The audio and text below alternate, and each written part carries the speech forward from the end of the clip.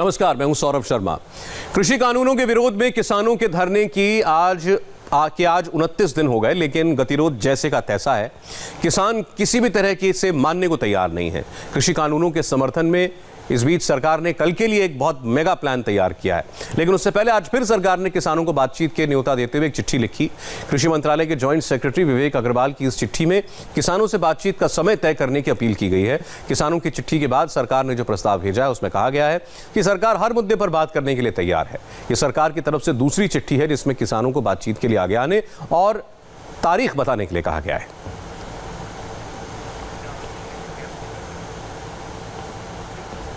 किसानों के नाम सरकार की इस नई चिट्ठी में क्या है, आइए आपको तफसील से बताते हैं। सरकार ने अब कहा है कि वो सभी मुद्दों पर बात करने के लिए तैयार है। चिट्ठी में लिखा गया है कि आवश्यक वस्तु अधिनियम में संशोधन के प्रस्ताव पर भी चर्चा के लिए सरकार राजी है। सरकार ने कहा है कि तीनों कानूनों में एमएसपी का कहीं कोई जिक्र नहीं है। एमएसपी को लेकर सरकार लिखित आश्वासन देने के लिए तैयार है। किसान संगठनों की तरफ से नई मांग रखना तर्कसंगत नहीं है, ये बात चिट्ठी में कही गई है। किसानों की नई मांगों पर भी चर्चा करने के लिए हालांकि सरकार तैयार है।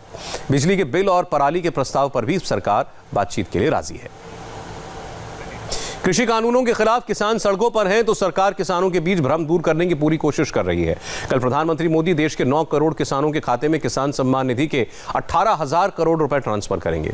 बड़ी खबर यह है कि कल बीजेपी देश भर में किसानों से बड़ा संवाद करेगी। इस दौरान सरकार के मंत्री और बीजेपी के सांसद पूरे देश में अलग अलग जगहों पर किसानों के बीच जाएंगे, उन्हें कानून की खूबियां बताएंगे। गृहमंत्री अमित शाह, रक्षा मंत्री राजनाथ सिंह दिल्ली में किसानों के बीच होंगे। नितिन गडकरी असम के सिलचर में किसानों के बीच जाएंगे। स्मृति ईरानी अमेठी में होंगी। पीयूष गोयल गाजियाबाद में।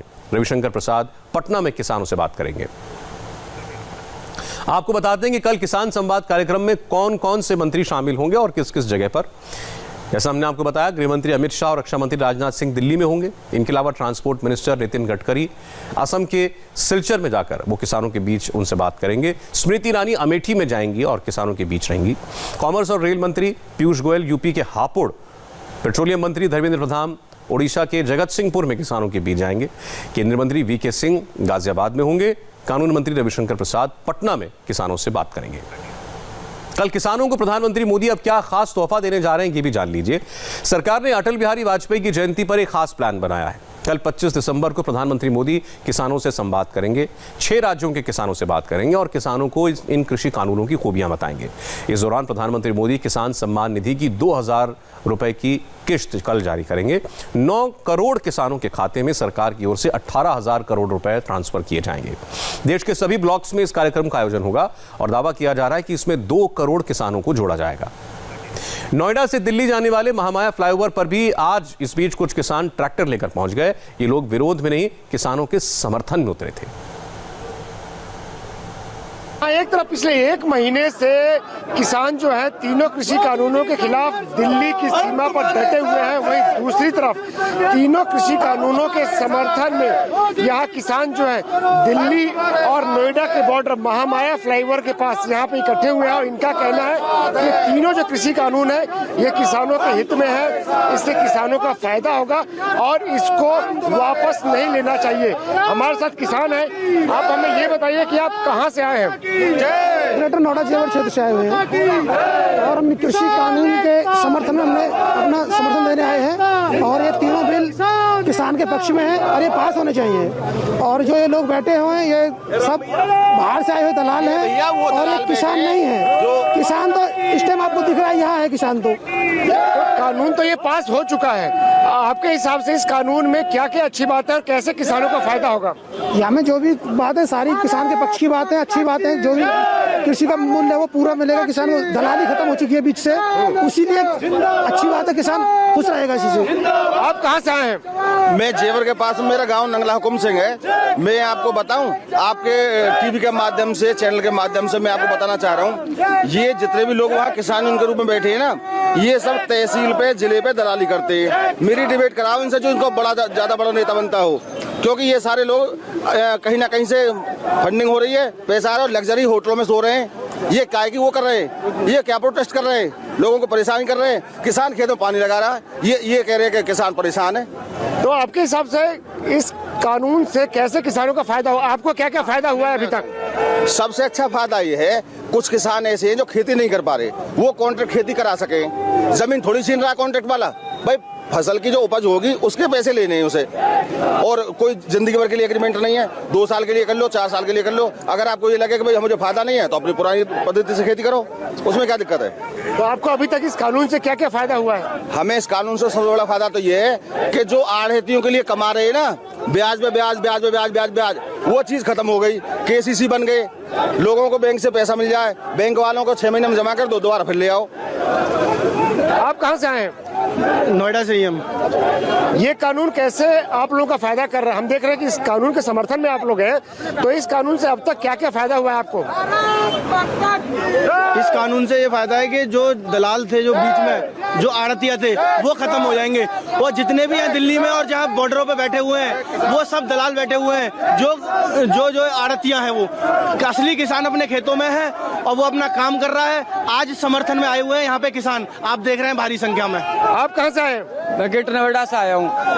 ये जो किसान धरने पे बैठे, वो तो कह रहे हैं कि इस कानून ये से कुछ किसानों नहीं है, का ये नुकसान होगा, किसान सड़क पे आ जाएगा। कुछ नहीं है, ये सब गुमराह करा जा रहा है। ये सब कांग्रेस के आदमी है, वहाँ पर कांग्रेस की सरकार है पंजाब में, वे सब कांग्रेस के आदमी बैठे हुए हैं। किसी को बुला के जा रहा है कि भाई आजाद 500 रुपए दे देंगे, किसी को कुछ करा जा रहा है। ऐसा कुछ नहीं, किसान अपना आदमी आज भी हाथ जोड़ के मजदूर किसान खेत में लगा हुआ है। ये सब गुमराह करा जा रहा है। मैं नोएडा महानगर से हूँ और मैं भी एक किसान हूँ, लेकिन मेरे को समझ नहीं आ रहा कि ये।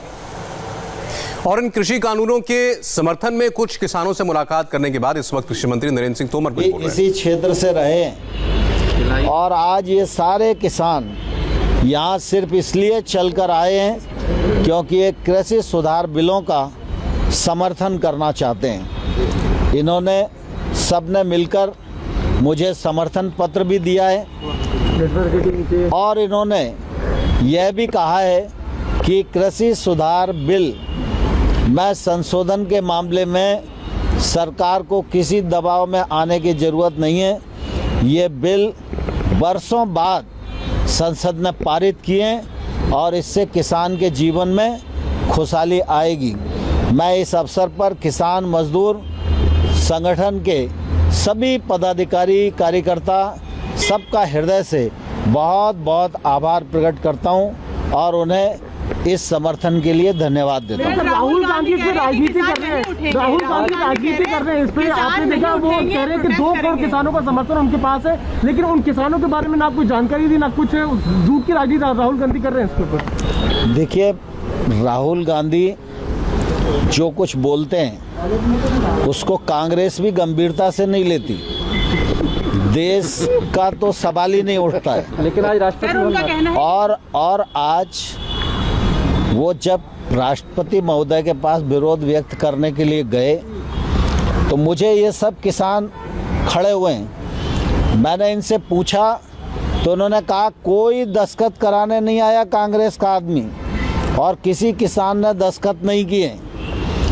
दूसरा, अगर राहुल गांधी को इतनी किसानों की चिंता थी तो जब उनकी सरकार थी तो सरकार के माध्यम से कुछ न कुछ किसानों के लिए कर सकते थे। कांग्रेस का हमेशा से चरित्र किसान विरोधी रहा है। दूसरा, ये तीनों बिल के बारे में 2019 के घोषणा पत्र में राहुल गांधी ने कहा था कि हम सरकार में आएंगे तो एपीएमसी को ख़त्म करेंगे, बिना टैक्स के किसान की फसल की खरीद फरोख्त हो ये सुनिश्चित करेंगे, कॉन्ट्रैक्ट फार्मिंग को बढ़ावा दिया जाएगा और एसेंशियल कमोडिटी एक्ट को समाप्त करके उसको नया बनाया जाएगा।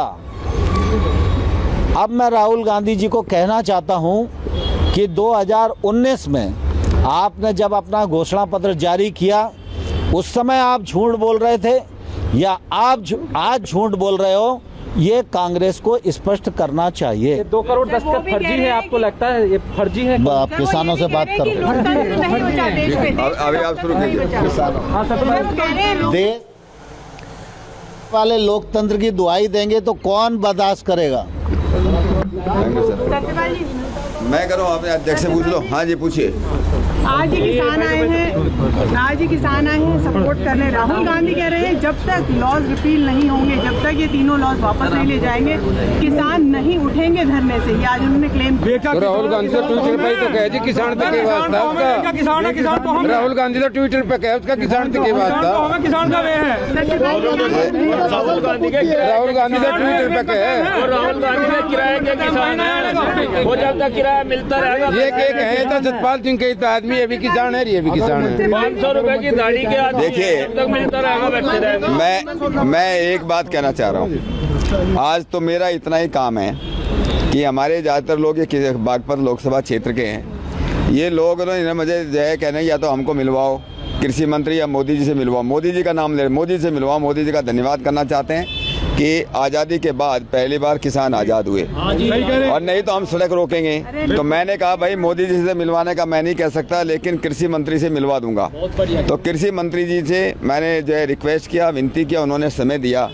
ये किसान मजदूर संघ के सब लोग हैं, ये अध्यक्ष जी खड़े हैं, इनके सब साथी लोग यहाँ पर आए हुए हैं। और इनकी बात आप सुनिए, ये यहाँ पर क्यों आए हैं? कृषि जो कानून आए हैं उनका समर्थन करने आए हैं, मोदी जी का कृषि मंत्री का धन्यवाद करने आए हैं। और इनकी कुछ मांगे भी हैं, अपनी इनकी मांगे आपको बता देंगे। मेरा केवल इतना ही कहना है कि पूरे देश में लगभग 16 करोड़ किसान हैं। 11 लाख किसान जो हैं पंजाब के अंदर माने जाते हैं। अब पूरे देश में आंदोलन नहीं चल रहा, ये पंजाब के अंदर आंदोलन क्यों शुरू हुआ?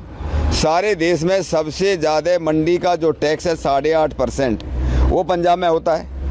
यूपी में जो है पहले 2.5 था, अभी 1.5% रह गया। और आपको मालूम होगा कि जितनी एमएसपी पे सरकारी खरीद जो है पंजाब में, हरियाणा में होती है, इतनी पूरे देश में कहीं नहीं होती है।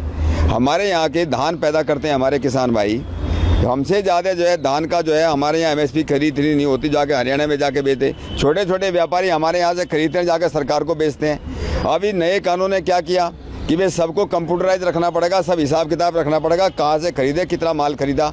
अब इनको लगता है सारा कंप्यूटराइज मामला हो गया तो उसमें गवर्नमेंट को टैक्स देना पड़ेगा। उसके बाद जो 8.5% पीढ़ी दर पीढ़ी अपना बिजनेस कर रहे थे, आड़तियों का काम करे, तो उनको लगता है वहाँ टैक्स खत्म हो गया, आड़तियाँ खत्म होंगे, हमारे बच्चों का क्या होगा। और इस बात के लिए पंजाब सरकार में जो माननीय मुख्यमंत्री है कैप्टन अमरिंदर सिंह, उनका आपने बयान सुना ही होगा। वो कहते हैं कि आड़तियों पे जो है सरकार जो है पैसे वालों पे, आड़ती छोटे मोटे आड़ती तो है नहीं कि भाई इनकम टैक्स से रेट करा रही। क्यों? क्योंकि ये किसान आंदोलन का समर्थन कर रहे हैं। इसका मतलब ये है कि पंजाब के जो मुख्यमंत्री ये कह रहे हैं कि जो है किसान आंदोलन को समर्थन करने वाले आड़ती हैं, ये बिचौलिए हैं, जिनको हम देसी भाषा में बिचौलिए कहते हैं। बिचौलिए जिनको बिजनेस खत्म हो रहा है, ये उसके पीछे हैं। केंद्रीय मंत्री सत्यपाल सिंह के साथ कई किसान नेता, कई किसान बागपत क्षेत्र के खास तौर पर कृषि मंत्री से मुलाकात करने आए थे और उन्होंने कहा कि किसी भी दबाव में सरकार को आने की जरूरत नहीं है, कानून वापस लेने की बात न सोचे सरकार। ब्रेक के बाद प्रकाश जावड़ेकर ने कैसे राहुल गांधी को निशाने पर लिया, दिखाएंगे आपको।